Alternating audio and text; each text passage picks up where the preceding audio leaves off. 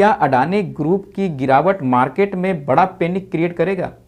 तो जी नहीं, ये बड़ा पैनिक क्रिएट नहीं करेगा। और क्यों नहीं करेगा, तो इस पे साफ साफ जवाब है कि रिटेल इन्वेस्टर का खास करके इसमें जो रेशियो है इन्वेस्टमेंट का वो बहुत कम है। अगर पैनिक होता है तो पैनिक कौन होता है मार्केट में? पैनिक होते हैं रिटेल इन्वेस्टर, वो जल्दी से जल्दी भागना शुरू कर देते हैं जल्द गिरावट देख के। लेकिन जो बड़े बड़े इन्वेस्टर होते हैं वो इन सब सिचुएशन से डरते नहीं और उनको इस सिचुएशन को हैंडल करना अच्छे तरीके से आता है। तो मार्केट में ज़्यादा पैनिक क्रिएट होने वाला है नहीं। अगर आंकड़े देखें तो जहाँ यस बैंक के अंदर 4 करोड़ के रिटेल इन्वेस्टर हैं, अब जबकि अगर हम पूरी ये ग्रुप ऑफ कंपनी की बात कर लें इस अडानी की, तो उसमें मात्र 3 से 4 लाख इन्वेस्टर हैं। यस बैंक में अकेले 4 करोड़ रिटेल इन्वेस्टर और पूरे ग्रुप ऑफ कंपनी मिला के अडानी में 3 से 4 लाख रिटेल इन्वेस्टर। तो ये कोई बहुत बड़ा फैक्टर नहीं है, पैनिक क्रिएट होने वाला नहीं है। ये क्या है, तो fear is feeding fear. Market क्यों टूट रहा है? स्पेसिफिक एक ग्रुप के बारे में खबर आई है, लेकिन होता ना है कि आसमान से एक फल गिरा और खरगोश ने कहा भागो आसमान गिरा, फिर दूसरे ने सुना कहा भागो आसमान गिरा, तो ऐसे करते करते पूरे जंगल के जानवर ही भागने लगे, है ना। लेकिन फैक्ट जब है वो कुछ भी। दोस्तों कैसे हैं आप? तो कहा था ना मार्केट मौका देगी और मार्केट मौका दे रही है, तो इस मार्केट के मौके का फ़ायदा उठाइए, घर के गुल्लक तोड़िए और इक्विटी मार्केट में इन्वेस्टमेंट बनाइए। अब देखिए सबसे बड़ा सवाल जो हमारे जैसे और आपके जैसे रिटेलर के दिमाग में ये बातें आ रही है कि ये गिरावट आखिर कब तक, ये जो मार्केट गिर रही है, देखिए कई दिनों से मार्केट में गिरावट जारी है और ख़ास करके वोलेटिलिटी है वो भी अपने चरम पे है। तो आखिर ये गिरावट कब तक और मार्केट गिरेगा तो कितना गिरेगा, ये दो चीज़ें जो है लोगों को काफ़ी डरा रही है। और ख़ास करके ये जो गिरावट के टाइम पे एक खबर आ गई है अडानी ग्रुप से रिलेटेड, वो इस बाज़ार को कहाँ ले जाएगी, इससे काफ़ी एक भय का माहौल बना और इस डर के माहौल में ट्रेड करना मुश्किल हो रहा है। लोगों के दिमाग में बस एक ही सवाल आ रही है कि कब तक गिरेगा मार्केट। तो आइए इस सवाल का हम जवाब निकालने की कोशिश करते हैं इस शो के माध्यम से। तो देखिए हम अगर देखें कि गिरावट कब तक जारी रहे, इसके वजह से सबसे पहले हम जानने की कोशिश करेंगे कि ये जो गिरावट की वजह है इंडियन मार्केट में, क्या वो वजह ग्लोबली है या फिर ये वजह डोमेस्टिक है। अगर ये वजह ग्लोबली हुई, अगर ग्लोबली जब वजह आती है तो मार्केट में एक बड़ा करेक्शन आता है और ग्लोबल मार्केट के तौर पे आता है और उसका जो ड्यूरेशन होता है थोड़ा लंबा होता है, जैसे 2008 में आया था। अभी आप फिलहाल अगर देखें तो अभी कोविड जो पेंडेमिक किया था उस टाइम पे, तो इस तरह की जब ग्लोबल क्राइसिस आती है तो मार्केट में गिरावट ज़्यादा होता है और इसका ड्यूरेशन थोड़ा लंबा होता है। आइए हम जानने की कोशिश करते हैं कि क्या ये जो गिरावट है उसकी वजह ग्लोबली है। तो देखिए ग्लोबली मार्केट में ऐसा कोई फैक्टर अभी नहीं हुआ है जो इंडियन स्टॉक मार्केट के खिलाफ हो या फिर इसके विपरीत कोई ऐसी एक्टिविटी घटी है जिससे हम कह सकते हैं, रिलेट कर सकते हैं कि हाँ ये जो गिरावट है वो ग्लोबली वजहों से हो रही है। अब दूसरी बात आते हैं कि देखते हैं कि इसकी क्या डोमेस्टिक वजह है। जी हाँ, तो डोमेस्टिक वजह इसकी है। डोमेस्टिक वजह में सबको पता भी है, जो खास करके अडानी ग्रुप को लेकर ये न्यूज आई है और जो हिंडनबर्ग रिसर्च ने एक रिसर्च जारी करा, उसने बड़े बड़े आरोप लगाए हैं, उसके वजह से ये मार्केट में गिरावट शुरू हुई है। अब आइए हम ये जानने की कोशिश करेंगे कि ग्लोबली मार्केट का जो सिनेरियो है क्या वो इंडियन स्टॉक मार्केट के लिए फ्रेंडली इन्वायरमेंट क्रिएट कर रही है, यानी मार्केट के पुल बैक में इनका सपोर्ट रहेगा। यानी हम ये जानना चाह रहे हैं कि ग्लोबल मार्केट के जो फैक्टर्स हैं क्या वो इंडियन मार्केट को सपोर्ट्स करने वाले हैं। तो देखिए इसमें सबसे पहले देख लीजिए डॉलर इंडेक्स गिर रहा है जो कि हमारे लिए अच्छी बात है। इंटरेस्ट रेट लगभग हर जगह अब नॉर्मल होने लगे हैं। कुछ दिन पहले तक देखा था हर जगह इंटरेस्ट रेट का बस हवा बना हुआ था, भाई अमेरिका ने इतने इंटरेस्ट रेट बढ़ा दिए, इंग्लैंड ने इतने बढ़ा दिए। तो इस तरह से हर जगह धीरे धीरे इंटरेस्ट रेट नॉर्मल हो रहे हैं।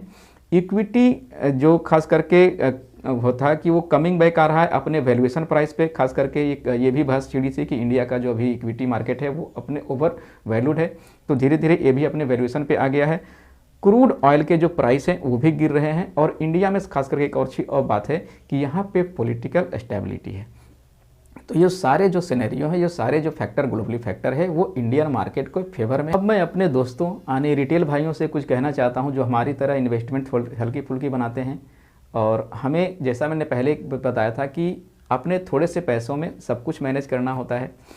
तो मैं उनके लिए जो मेरा सलाह है कि अगर आप स्टॉक मार्केट में इन्वेस्टमेंट बनाते हैं तो हमेशा जो अपना इन्वेस्टमेंट का नज़रिया है वो लॉन्ग टर्म का रखें। भले ही आपको स्टॉक ने अच्छा खासा रिटर्न दे दिया हो तो उससे आप चाहे तो निकल सकते हैं, लेकिन आपका जो नज़रिया होना चाहिए वो लॉन्ग टर्म का होना चाहिए। और इसके पीछे कितने बेनिफिट हैं आप खुद थोड़ा सा सोच कर देख लीजिएगा कि अगर आपका लॉन्ग टर्म का नज़रिया रहेगा तो आपके जो खास करके मार्केट में जो पैनिक क्रिएट होता है वोलेटिलिटी के कारण, उससे आप डरेंगे नहीं। दूसरी बात है कि वोलेटिलिटी स्ट्रेस को झेलने के लिए आप मेंटली रूप से तैयार रहिए। मार्केट में यही एक रिस्क है जो आपको हमेशा दिखने को मिलेगा। आप किसी भी स्टॉक को खरीद लीजिए, ऐसा नहीं कि आपको खरीदते ही वो भागना शुरू हो जाएगा, फिर कभी गिरेगा ही नहीं।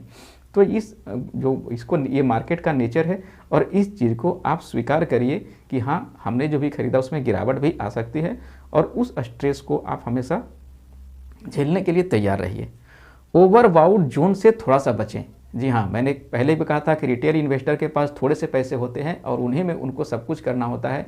ऐसा नहीं कि आप ओवरबाउट जोन में जाके किसी स्टॉक को खरीदें जिसका प्राइस 100 रुपये और पता चला कि वो टूट के 50 रुपये आ गए हैं। अब आपके पैसे को रिकवर करने में ही हो सकता है तो 2 से 3 साल लग जाएंगे। तो ऐसे स्टॉक में फंसने से बेटर है कि आप सोच समझ के इन्वेस्टमेंट बनाएं। दूसरी बात देखिए, मेरे लिए बहुत आसान होगा कि मैं हर रोज़ आपको वीडियो बना कर डाल दूँ 2 से 3, उसमें 2-3 स्टॉक को रिकमेंड कर दो, ये खरीद लो, ये बेच दो, इसमें 10 रुपये आज के आज मिल जाएंगे, इसमें कल के कल 5 रुपये मिल जाएंगे। तो इस सब चीज़ों से आप बचें।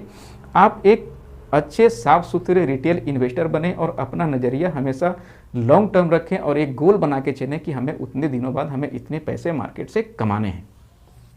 दूसरा, मैं जो हमेशा कहता हूं कि आप मौके का इंतजार करें, मार्केट में अपॉर्चुनिटी का इंतजार करें। ऐसा नहीं कि कुछ पैसे जेब में तो हमें लगा ही लगा देना, नहीं।